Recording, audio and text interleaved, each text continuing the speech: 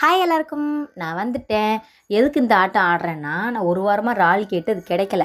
அன்னைக்குன்னு கிடைச்சதுனால தான் இந்த ஆட்டம் ஆடிக்கிட்டு இருக்கேன். இறால் ரெசிபியோட வீடியோ உங்களுக்கு வேணும்னா, நான் பேசுகிறத அப்படியே மியூட் பண்ணிவிட்டு வீடியோ மட்டும் பார்த்தீங்கன்னா இறால் ரெசிபி கிடச்சிரும். ஒரு 2 நாள் வீடியோ போடாமல் கேப் விட்டுட்டுனா உடனே டிஎம்மில் வந்து ஏன் வீடியோ போடல அப்படின்னு சொல்லிட்டு மிரட்ட ஆரம்பிச்சிடுறீங்க. என்னன்னே தெரிலங்க, வர வர ரொம்ப சோம்பேறித்தனமாக இருக்கேன்.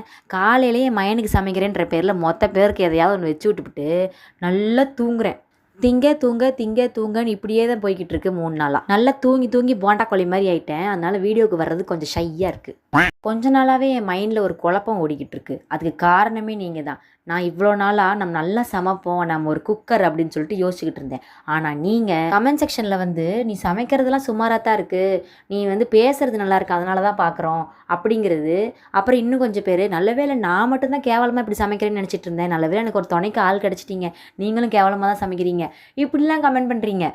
ஓ, அப்போ நம்ம ஒழுங்காக சமைக்கலாம் மாட்டோமா? நம்ம இப்படி சமைச்சு வீட்டில் உள்ள ஆளுக்கெல்லாம் பழகிருச்சு போல், அதனால தான் யாரும் எதுவும் சொல்லவும் மாட்டேங்கிறாங்க. நம்ம குக்கர்னு நினச்சோமே, அப்போ நம்ம குக்கு இல்லையா, கோமாளி தானா அப்படின்னு சொல்லிட்டு எனக்கே தோணுது. இது பார்க்கும்போது காஜல் ஒரு படத்தில் நல்லா பாட்டு பாடுற மாதிரி அவங்க ஃபேமிலி எல்லாரும் பில்டப் பண்ணி வச்சுருப்பாங்க. கடைசியில் கார்த்திக் தான் சொல்லுவான், நீ ஒழுங்காகவே பாட மாட்டேங்கிற அப்படின்ட்டு.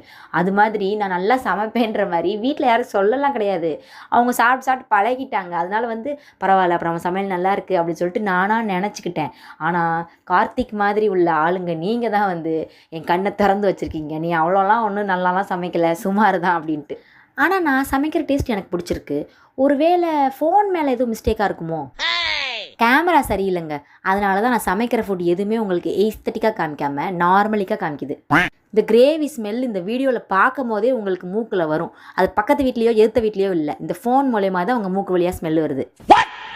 இப்படியே நீங்கள் வீடியோவை பாஸ் பண்ணிவிட்டு ஃபோனில் கொஞ்சம் வெள்ளை சோறை போட்டு குழப்பி சாப்பிட்டிங்கன்னா அவ்வளோ டேஸ்ட்டாக இருக்கும். சாப்பிட்டீங்களா? இப்போ தெரியுதா என்னோடய சாப்பாட்டோட கைப்பக்குவம்? எதையுமே சாப்பிட்டு பார்த்தா தாங்க தெரியும். கண்ணிலே பார்த்துட்டு இது நல்லா இருக்குன்னு சொல்லக்கூடாது. சரி, நான் கோச்சுக்கலாம் இல்லை. அடுத்து என்ன சமையல் ரெசிபி வீடியோ போடணும்னு சொல்லிட்டு கமெண்ட் பண்ணுங்கள், நான் வீடியோ போட்டுடுறேன். டாட்டா பாய் ஷியா.